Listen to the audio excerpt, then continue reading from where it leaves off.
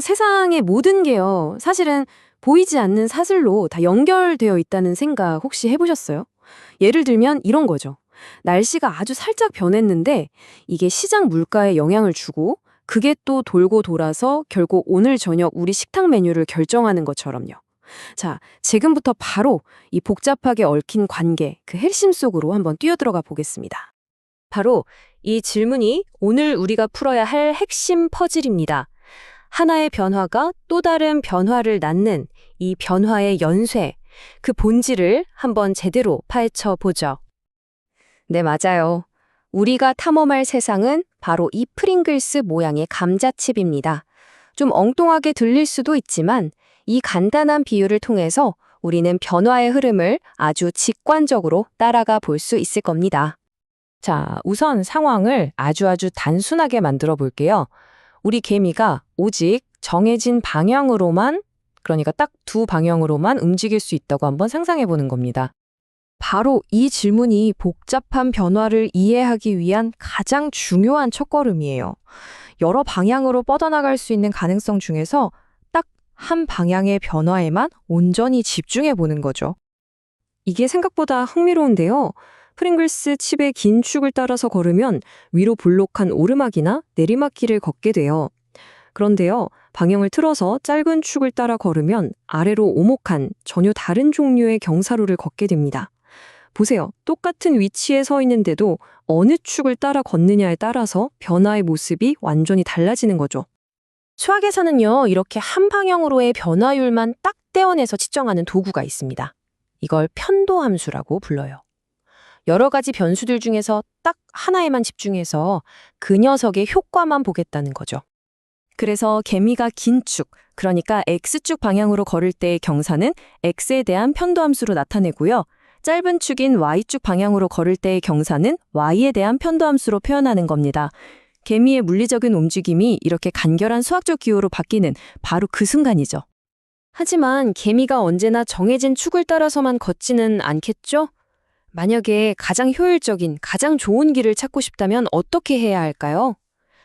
자, 이제 한 단계 더 깊이 들어가 보겠습니다. 개미의 다음 목표는 바로 이겁니다.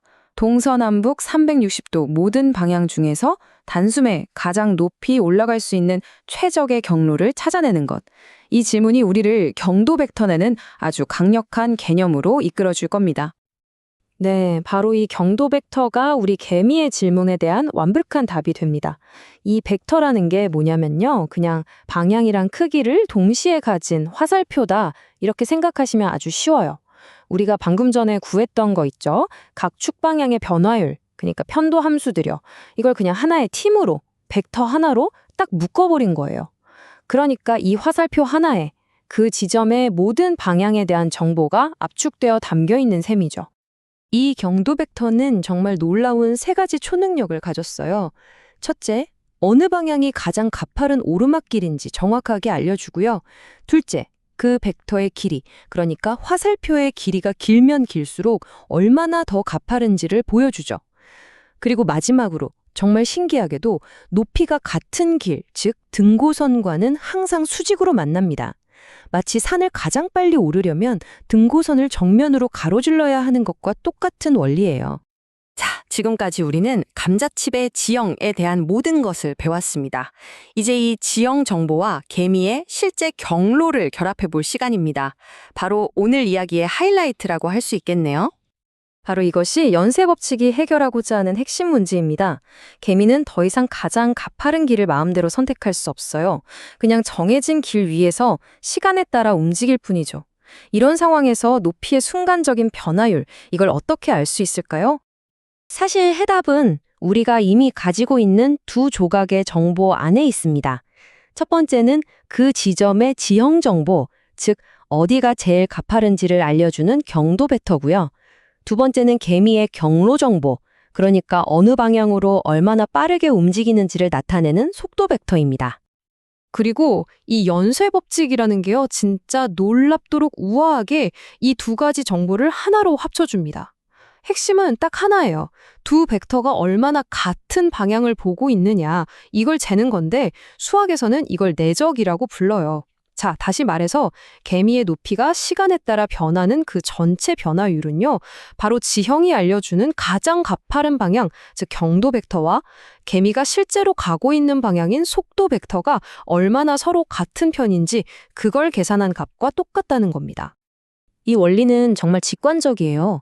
만약 개미가 그 지점에서 가장 가파른 오르막 방향과 정확히 똑같은 방향으로 움직인다면 고도는 가장 빠르게 최고 속도로 증가하겠죠.